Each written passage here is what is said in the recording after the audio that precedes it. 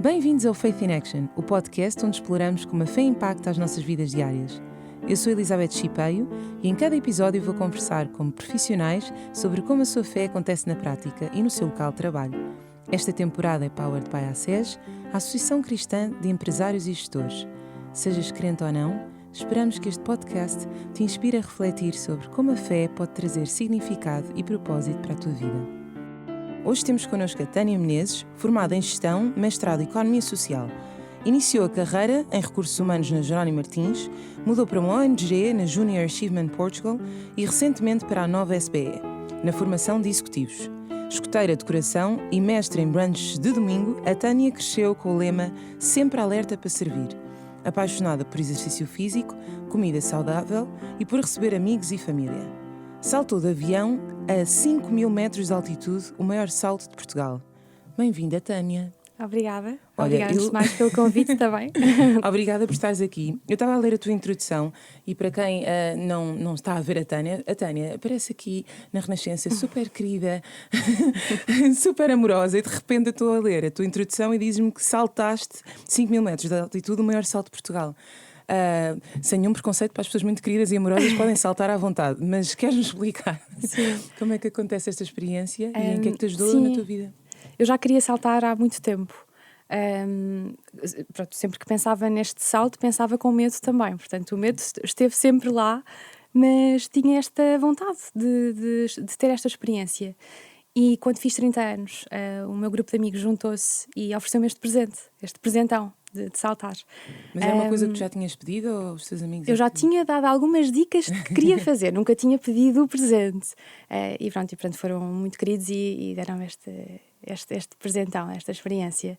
E como é que é? Portanto, estás no avião, estavas com medo, quer dizer, explica-nos aqui um bocadinho o processo. Na verdade, o processo, é giro olhar para trás e ver como tudo aconteceu, porque eu fui 2 vezes ao Algarve, o salto foi no Algarve, na praia de Alvor, e a primeira vez que fui, era junho, portanto, à partida iria correr tudo bem, mas não saltei, exatamente porque não estavam as condições meteorológicas adequadas para saltar. Portanto, eles têm assim alguns requisitos, até de segurança, para se poder saltar, e não estava ao tempo adequado. E, portanto, não foi logo não podes saltar, mas foi, vamos ver como é que o tempo se melhora, se não melhora. Se melhorar, podes saltar. Se não, aquilo que pode acontecer é saltas no aeródromo. Mas eu não queria saltar no aeródromo, eu queria saltar na praia.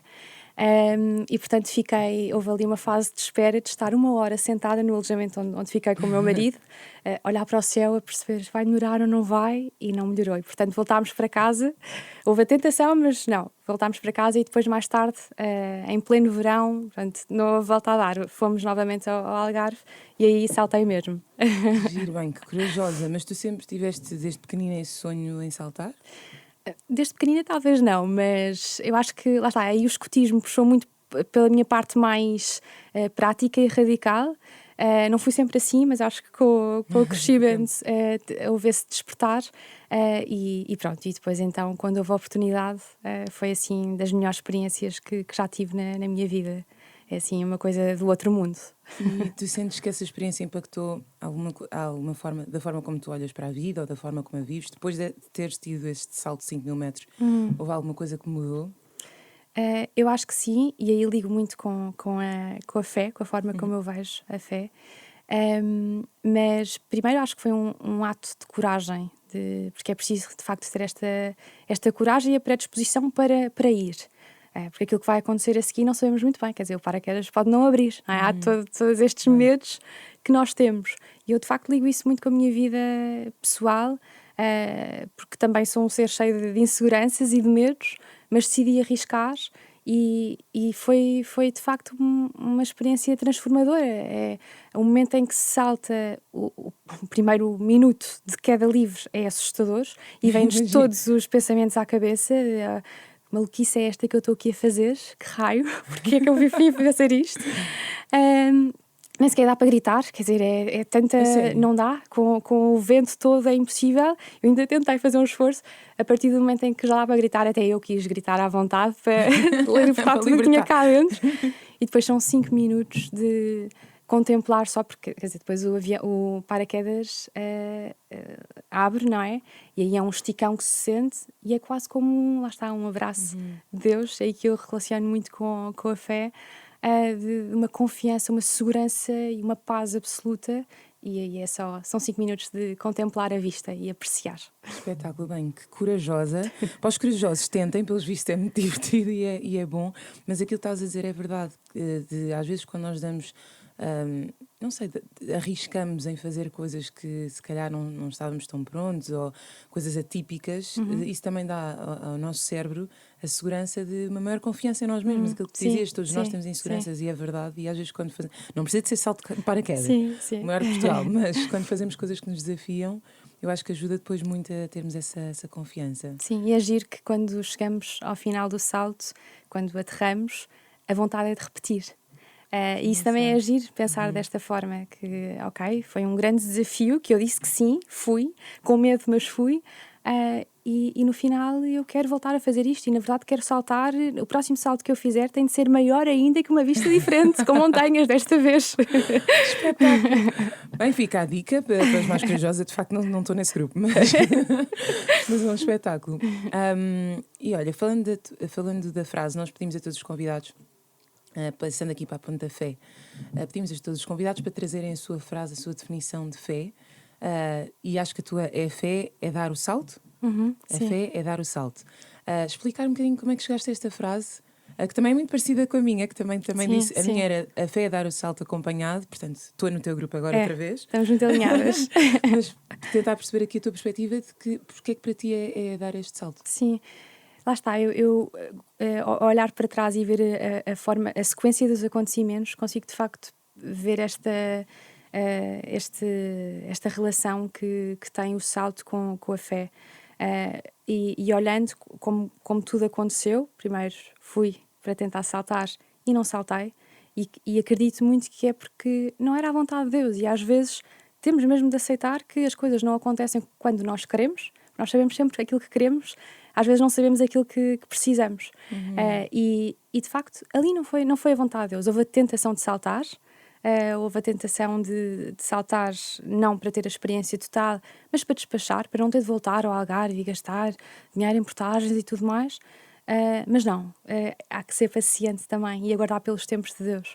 E portanto a fé também é isso, é confiar naquilo que é a vontade de Deus. E depois também acho que é muito arriscar, é esta predisposição de ter o coração aberto para ir. E o ir com medo, mas ir. E eu vejo isto muito na minha vida também pessoal, pronto, lá está, eu tenho algumas inseguranças, não sou a pessoa mais confiante do mundo. Todos temos. Exato. E quando me são colocados convites, desafios a nível profissional, a nível pessoal, a tentação muitas vezes é dizer que não, porque estou confortável no sítio onde estou, porque tenho medo de não estar à altura, de não ser suficiente. Mas aprendi que temos de saber dizer que não, na vida profissional também, mas saber dizer que sim, aceitar os desafios. O máximo que pode acontecer é, mesmo que corra mal, é eu aprender alguma coisa com isto e ser melhor na próxima vez. E portanto, é ir, com medo, mas ir. E depois, o dar o salto é esta entrega total, assim, despojada de todas estas inseguranças, e depois aquilo que se sente a seguir depois do salto é este esticão, que lá está, um abraço enorme, uma paz absoluta, e aí lá está, acho que é muita relação que se cria com Deus. E eu querer repetir, lá está. A fé é muito também tentadora, quer dizer, é tão bom que queremos voltar a dizer que sim e a ir. E por isso é que eu relaciono tanto com o salto com esta fé. É que bonito. Falavas há bocado dos tempos de Deus e é engraçado porque é uma temática recorrente aqui no podcast, porque acho que todos nós estamos um bocado sempre a correr e temos às vezes algumas expectativas do que é que são os nossos tempos. E a própria sociedade às vezes diz o que é que devem ser os nossos tempos. E falavas desta frase, não é? Os tempos de Deus. Como é que se gere, às vezes, este hiato que há entre aquilo que é o tempo que eu acho que é para mim, neste precisamente é aquilo que eu preciso, dizias, não, o que é que eu preciso, aquilo que eu quero, aquilo que eu quero, mas aquilo que eu preciso, e depois o que é que também são os tempos de Deus? Como é que se gera, às vezes, quando não estão alinhados? Sim, às vezes é duro, não é? É duro e lá está, às vezes só nos apercebemos isso no fim do processo. Mas acho que é muito importante ter este exercício diário de confiar, de confiança, de que tudo vai ter o seu rumo, e que as coisas vão acontecer quando tiverem de acontecer. Acho que é preciso muita confiança, paciência, e relativizar também. Não colocar as cartas todas naquilo que nós estamos tanto à espera. Há tanta coisa a acontecer à nossa volta que se calhar estamos demasiado focados naquilo que queremos que aconteça e estamos a descuidar-nos de outras coisas. Acho que é isso, é preciso relativizar às vezes também. Sim, e lembras-te de alguma situação concreta que tiveste que ter esse exercício, essa abordagem? Sim. Por exemplo, na minha vida profissional, eu cresci a achar que ia fazer carreira num sítio, numa empresa, a vida toda, e pronto, e era isso que ia ser, ter imenso sucesso naquela empresa, a fazer aquilo que queria, com propósito, mas as coisas não foram assim, e portanto também foi uma autodescoberta, foi um processo de autoconhecimento, perceber onde é que me encaixava melhor, onde é que servia mais e melhor. E o meu caminho acabou por ter assim, lá está, várias paragens, e pronto, acho que foi aqui um processo também de espera, de espera de respostas, e agir, chegar ao final e perceber, ok, aconteceu exatamente neste momento e faz todo o sentido que tenha acontecido neste momento. Mas quando a pessoa está no banco à espera que o tempo melhore, não é, para dar o tal salto, portanto, neste caso, quando estás a dizer que este tempo de espera para ti, às vezes não é, ou seja, depois de darmos o salto, depois das coisas acontecerem, como dizias, depois de sair da empresa que tinhas sonhado crescer, se calhar já estavas aliviada, mas nesse momento o que é que tu sentias? Alguma frustração, alguma impaciência, acho que é um bocado isso, alguma falta de confiança até em mim mesma, porque é que as coisas não estão a acontecer. E acho que aquilo que acontece muitas vezes é que nós questionamos demasiado porquê? Porquê é que isto está a acontecer? Mas porquê é que me está a doer tanto? Quando de facto o exercício que devemos fazer é para que é que isto está a acontecer? Isto não é fácil, não é? Claro que é muito bonito dizer, mas na prática não é assim tão fácil de fazer. Para quê? Que sentido é que isto tem para a minha vida? E acho que é importante trabalharmos esse exercício do para quê, que sentido é que isto tem, e trabalharmos, lá está, esta confiança, ok, isto está a acontecer por algum motivo. Mesmo que eu não esteja a perceber agora a razão, eu vou lá chegar.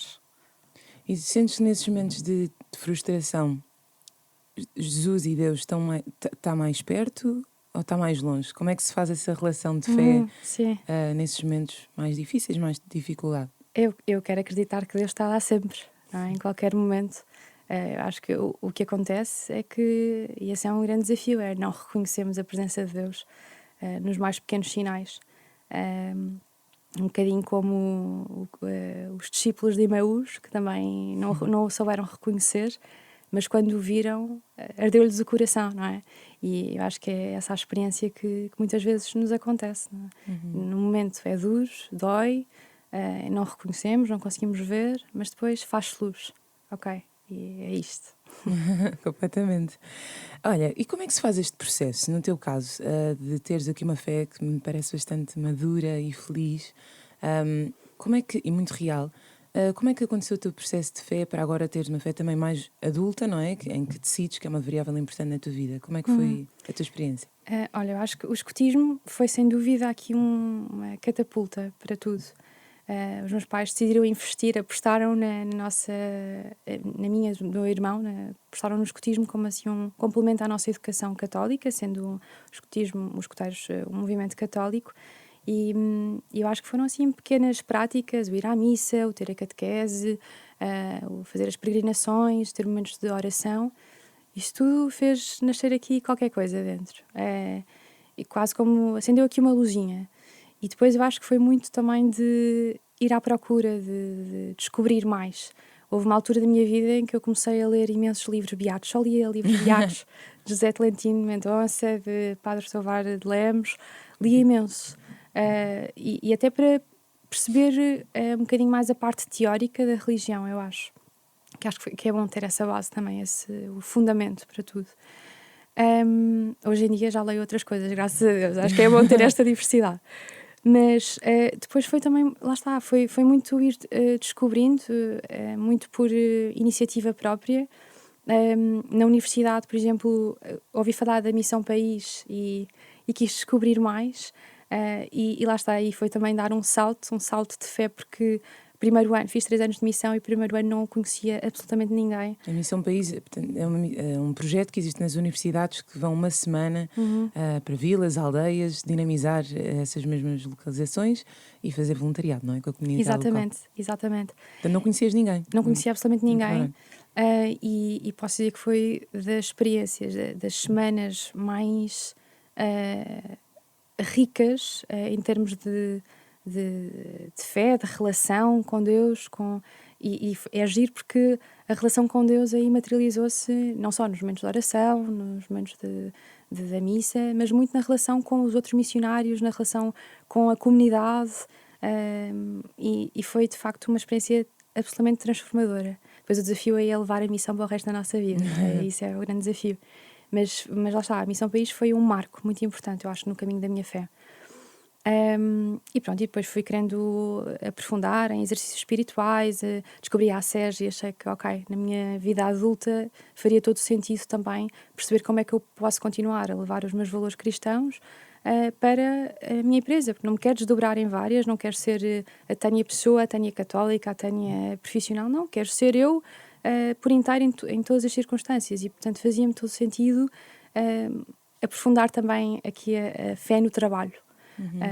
E entretanto, pronto, iniciei aqui a minha jornada na ACES também. E falavas há bocado, portanto, esta necessidade de ler imensos livros, deste alguns exemplos, e se tiveres algum bom livro também para sugerir, por favor. Noutro episódio falámos de fé emocional e fé intelectual. E achei engraçado estares a dizer que tinhas a necessidade de ler bastantes livros para criar, se calhar, essa base. Porquê que na altura, ou seja, primeiro, qual é que era a fase em que estavas e porquê que querias tão incesantemente ter só livros católicos? Em que é que isso te ajudou também? Sim, eu acho que foi uma fase de desprendimento do escotismo, porque às tantas eu saí do movimento, mas queria continuar a alimentar esta fé. E eu acho que, pronto, despertou-me também o gosto pela leitura e comecei a ler mais sobre o tema. Mas depois o que eu achei foi que, ok, a parte teórica é super importante, mas falta aqui a ação. E, portanto, quis muito aliar os dois. Queria ter a parte mais teórica, mas também no dia-a-dia conseguir colocar em prática, no fundo. E sentes que a parte teórica te ajudava na parte prática? Como é que isso aconteceu? Porque acho que me inspirava de certa forma, porque me despertava para determinados temas, para enfim, acho que era muito isso, inspirava-me muito para agir. Não, faz todo sentido. Eu acho que às vezes também não há caminhos certos e às vezes a pessoa está muito na ação, mas também parar e tentar perceber as bases, não é, da fé e como dizias, sentir-se inspirada, eu acho que também pode ser interessante. Há algum bom livro que tenhas gostado e que possas Acho que tenho vários. Eu, por exemplo, para este podcast decidi também retomar um bocadinho a leitura para me inspirar, lá está, e peguei no Textos para Rezar, creio que é do Padre Nuno Tovar de Lemos, que pega assim várias leituras e acaba por explicar também a leitura e deixar alguns exercícios para fazermos diariamente. Boa. Já está uma pré-dica. Temos uma pergunta das dicas, mas já está uma pré-dica. Olha, tinhas falado da ACES, que também entraste na ACES relativamente há pouco tempo. Há um ano. A ACES é a Associação Cristã de Empresários e Gestores e que patrocina esta temporada. E aqui também falar contigo um bocadinho de como é que a fé entra no local de trabalho. Portanto, tu saíste de uma grande empresa em que ficaste lá há alguns anos e agora estás numa ONG, na Junior Chimera, ou não?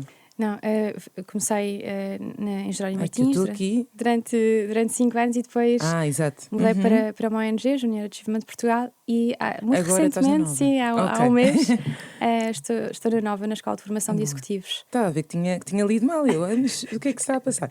Ok, então falámos deste processo, portanto, é engraçado porque tu tens 3 experiências diferentes. Portanto, uma grande empresa, uma ONG e agora uma universidade. Portanto, como é que a fé se vai distribuindo nestas diferentes experiências? Sim. Como é que isso tem acontecido? Olha, eu acho que algo que, lá está, o escotismo me ajudou muito a ter esta visão também no trabalho foi uma postura de serviço, de onde estiver a trabalhar, seja a fazer o que estiver a fazer, eu vou estar para servir e não para ser servida. E isso dá-me um sentido de propósito e de missão completamente diferente do que se estiver só a produzir para despachar o trabalho e receber o ordenado ao final do mês e está tudo. E portanto, nestas 3 experiências tão diferentes, tive acho que a capacidade, mas também a sorte de conseguir ver desta forma, de aquilo que estou a entregar não é para mim, é para os outros, é para ajudar. Em todas as experiências que tive foi sempre muito virado para jovens, a maior parte das experiências, e muito ligado também à formação e à educação. E portanto tinha sempre este pensamento de que aquilo que estou a fazer é para ajudar a crescer, é para ajudar a potenciar o outro. E isso para mim é mesmo muito importante, não ter um pensamento de que é para mim, não me deixa realizada de todo. E depois acho que é muito também a relação com os outros, que a relação com os outros, e vejo isto muito também na cultura organizacional das empresas, que se fala muito hoje em dia da cultura organizacional, mas não se fala tanto do que é que está na base. E para mim a base é o amor. E o amor aqui, acho que para as empresas até é um bocado esquisito falar de amor, mas o amor materializa-se nas relações de empatia, no respeito com os outros, até no cuidado que se tem com o colega do lado, na relação com a chefia, com os clientes. Tudo isso acho que é baseado no amor. E para mim isso são valores cristãos que eu também quero levar para o meu local de trabalho. Sim, e dizias uma coisa muito interessante, que é este propósito de servir, e perguntava-te como é que isso também para os nossos ouvintes, como é que isso se materializa no dia-a-dia. Ou seja, a pessoa pode ir para estes locais de trabalho com essa missão, mas depois ou seja, no dia-a-dia, como é que tu te lembras que tem que servir? Em que é que ter essa missão te ajuda? Sim, eu acho que é querer dar o meu melhor e estar por inteiro para o outro. Aquilo que quero proporcionar neste momento é uma melhor experiência de aprendizagem, de formação para aquela empresa. E por isso eu vou dar o meu melhor. Mesmo que fosse para mim, eu provavelmente daria o meu melhor, mas não é para mim, ok, mas é para aquele grupo de colaboradores que quero que se sintam inspirados, que quero que se sintam no final mais realizados, mais capazes, porque têm mais conhecimento, e pensar que depois desta formação que lhes estamos a proporcionar, vão para as suas empresas e vão ser melhores ainda. E acho que é muito focado no outro, lá está. Ai, que massa! Estava aqui a ouvir pensar, não, mas faz sentido. E é giro, porque tu teres. Acho que és a primeira convidada que tem estas 3 categorias de trabalho, vamos dizer, ONG, empresa e universidade. Espero não estar a dizer nenhum erro, mas acho que sim. E para as pessoas que nos estão a ouvir, tu sabias exatamente o que é que querias fazer? Portanto, quando acabaste os teus estudos, sabias que tipo de carreira que ias ter, sabias que querias ter diferentes experiências, como é que foi esse percurso? E também perceber quais são as diferenças destes tipos de locais de trabalho, se tu notas alguma diferença. Sim, a resposta é não sabia o que é que queria fazer, nem sabia o que é que queria estudar, quanto mais fazer. Eu sabia que queria algo em que tivesse relação com os outros e em que pudesse contribuir para melhorar a vida de alguém, seja em que sentido fosse. E por isso iniciei em recursos humanos, que eu acho que faz todo o sentido, não é? É uma área muito relacional, e passei por áreas distintas, umas mais com impacto mais direto do que outras, mas lá está, ter este sentido de propósito que aquilo que estou a fazer não é para mim, é para os outros, isso sempre me deu esta motivação de que aquilo que estou a fazer tem impacto na vida de outras pessoas. E lá está, como não sabia, como não soube sempre aquilo que queria fazer, houve de facto momentos mais de angústia, de autodescoberta, até de travessia do deserto, porque não tinha as respostas que queria, no momento em que queria, como falámos há pouco. Mas fui encontrando, lá está, foi um processo de descoberta, de perceber onde é que eu me encaixava melhor, onde é que eu servia mais e melhor. E sabia apenas, lá está, que aquilo que fizesse tinha de ter impacto, pronto, na vida de alguém, tinha de contribuir de forma positiva para a vida de alguém. E nas 3 experiências que tive, acho que fui encontrando isso, o que é ótimo. Exato. E quais são as maiores diferenças que, não sei se notas, mas se há diferenças nestes tipos de locais de trabalho? Claro que há, em termos de dimensão da empresa, em termos de cultura, de forma de estar, há imensas diferenças. Mas são todas elas diferentes, mas todas elas muito boas e foram experiências muito ricas para mim, sem dúvida alguma. E pronto, acho que é isso. Ok, ótimo. Olha, queria perceber qual é que é a tua passagem preferida, e porquê? É exatamente o caminho de Emaús. Então agora podes explicar mais um bocadinho para as pessoas que não sabem o Sim, que foi essa passagem. sim, no fundo, eu vou tentar explicar de forma correta, mas foi quando os discípulos de Emaús se puseram a caminho e estavam a falar entre eles, sem perceber o que é que tinha acontecido a Jesus, e Jesus põe-se a caminho com eles, mas eles não veem Jesus, ele não aparece fisicamente como era, e eles não o conseguem reconhecer. E às tantas eles convidam-no até para ficar para jantar, se bem me lembro. E Jesus depois abre-lhes um bocado a mente, os olhos, e eles percebem, ok? E quando percebem, quando reconhecem que era Jesus que esteve com eles, lá está, ardeu-lhes o coração. Foi um sentimento de alegria, não é? E esta passagem inspira-me muito porque foi, lá está, a passagem do meu primeiro ano de Missão País, que me marcou profundamente. O tal que não conhecias ninguém que deste Exatamente, o salto. exatamente. E é muito importante para mim também no dia a dia fazer este exercício de reconhecer Jesus nas pessoas, reconhecer Jesus nos desafios que me são lançados, tentar agir como Jesus. Eu faço muito este exercício que é super difícil e que não consigo estar à altura muitas vezes, mas que é quando não sei como agir, penso o que é que Jesus faria nesta situação? Como é que achas que Jesus seria nesta situação? E que é um exercício super difícil. Nós temos as respostas, não é? Jesus seria simples, Jesus seria paciente, Jesus seria cuidadoso. Muitas vezes não somos desta forma, porque lá está, cedemos às tentações do dia a dia. Mas é muito este exercício de reconhecer Jesus nos vários momentos da nossa vida. Sim, e às vezes sair dessa agitação e conseguir estar sintonizado com a realidade para reconhecer, que às vezes é tão difícil, não é? Olha, já estamos a chegar ao fim, acreditas? Isto passou que para mim. Eu digo sempre isto, mas é mesmo verdade. Passou muito rápido. Olha, para quem está a começar ou para quem se queira aprofundar, nós pedimos sempre, mais uma vez, não são regras, mas são as tuas dicas pessoais de alguém que te perguntasse, Tânia, quero aprofundar, eu quero começar, o que é que eu posso, por onde é que eu posso começar? Ou o que é que eu posso fazer? Eu acho que a dica que posso dar é ir, é sair da zona de conforto e ir à procura. Há imensos movimentos, há imensos grupos e iniciativas, isto para quem tem esta vontade de integrar algum grupo, mas acho que são sempre boas oportunidades de conhecermos mais e de acendermos esta luzinha da fé.